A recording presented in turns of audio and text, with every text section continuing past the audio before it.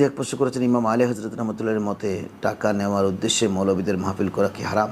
উনি আসলে তো এটা আলা হজরতের কোনো মত না, এটা শরীয়তেরই মত। শরীয়তের মতে তিনি তার ফতোয়ার কিতাবে নিয়ে এসেছেন। অর্থাৎ দরদাম করে যে টাকা নেওয়া, আপনি হাদিয়া নেওয়া তো রসুল ইসলাম নির্দেশ দিয়েছেন, তাহাদ্দু তাহাব্বু, তোমরা একে অপরের সাথে হাদিয়া বিনিময় করে তোমাদের মহব্বত বাড়বে। একজন ইমাম সাহেব আপনার বাড়িতে গেলেন, ওনাকে আপনি দাওয়াত দিয়েছেন, উনি গিয়েছেন, তকরি করেছেন, আপনি চিন্তা করেছেন যে উনি অনেক কষ্ট করে এসেছেন, আমরা ওনাকে কিছু হাদিয়া দেবো। তো আপনাদের মাহফিল ইন্তেজামিয়া কোর্টে যে টাকা পয়সা উঠেছে তার থেকে একটা অংশ তাকে হাদিয়া দিলেন। এটা কিন্তু না জায়েজ না, আল্লাহ হযরত সেটা নিষেধ করেননি। নিষেধ করেছেন ওটা যারা দরদাম করে যায়। যেমন আমি বললাম আমি মাহফিলে যাব, আমি 10টা আমাকে মাইক দিতে হবে, 10টা থেকে 12টা পর্যন্ত আমি তকরির করব, এই 2 ঘন্টার জন্য আমাকে 50,000 টাকা দিতে হবে। বিকাশে পেমেন্ট করবেন 30,000 টাকা, আর আমি মাহফিলে যাওয়ার আগে ফোন করবো, আমি রওনা দিচ্ছি, তখন আপনি আর 20,000 টাকা পেমেন্ট করে দেবেন। এদের ভয় হচ্ছে যে আপনি মাহফিল করে ফেলার পরে হয়তো টাকার অ্যামাউন্ট কমে যায় কিনা। দরদার 50,000 করেছে, হয়তো আপনি উঠতে পারেন না, অন রিকোয়েস্ট আপনি তাকে 45,000 টাকা দেবেন, সেটা সে মানবে না। তো আপনি তারপরও ওই মৌলানাকে দাওয়াত দেবেন এবং তাকেই নিয়ে যাবেন, কারণ জনগণ চাচ্ছে থাকে কি জন্য, সে তো মিথ্যা হাসায়, মিথ্যা কাঁদায়, এগুলো মানুষের শুনতে ভালো লাগে। মানুষ বলেছে ওয়াজ খুব ভালো তকরির হয়েছে, একদম মানুষকে হাসেছে, মানুষকে কাঁদেছে, ভেস্ত পর্যন্ত পৌঁছায় দিছে।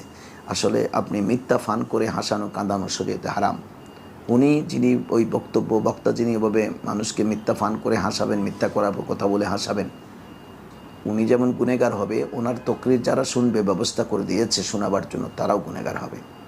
আমি নানা বক্তাকে নানা কথা শুনতে দেখি, যে এক বক্তাকে দেখলাম যে সে বলেছেন সে একটা বিয়ে বাড়িতে গেছে, তখন বিয়ে বাড়িতে তাকে খাবার দিয়েছে, সে বলতেছে হুজুর বেশি করে খাচ্ছে, হুজুর কম খাচ্ছে, হুজুর খাইতে খুব শক্ত। এই কথাগুলো আসলে সব বানানো। আপনি বিয়ে বাড়িতে গিয়েছেন, আপনাকে নিয়ে এত কথা কোথাও হয়নি, আপনি জুড়ে এত কথা লম্বা করে আপনি মিথ্যা কথা বলে ওয়াজ করতেছেন, শুধু লোকজনকে হাসাচ্ছেন। আরেকজন বক্তা বলছিলেন যে আমি আসছিলাম মাহফিল থেকে, পুলিশ আমার কাছে হাত বাড়িয়ে দিয়েছে, তখন আমি চিন্তা করেছি তারা তো কদ্দূর গেলে আরেক দল হাত বাড়াবে, তখন আমি একটি নতুন টাকা ছিঁড়ে এটাকে দুভাগ করে পেঁচিয়ে তার হাতে অর্ধেকটুকুন দিয়েছি, সামনে যারা ধরেছে তাদের হাতে অর্ধেক দিয়েছি। কখনই কাণ্ডটা করেছেন। পুলিশ কিন্তু একজন মৌলানার কাছে টাকা চায়, আমি তো চাইতে কোনোদিন দেখি নাই। আমরা তো মাহফিল থেকে আসি, কোনোদিন দেখি নাই।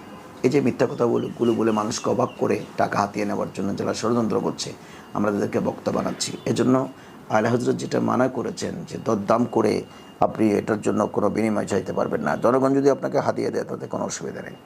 আশা করি আপনি বিষয়টি বুঝেছেন। আপনাকে ধন্যবাদ।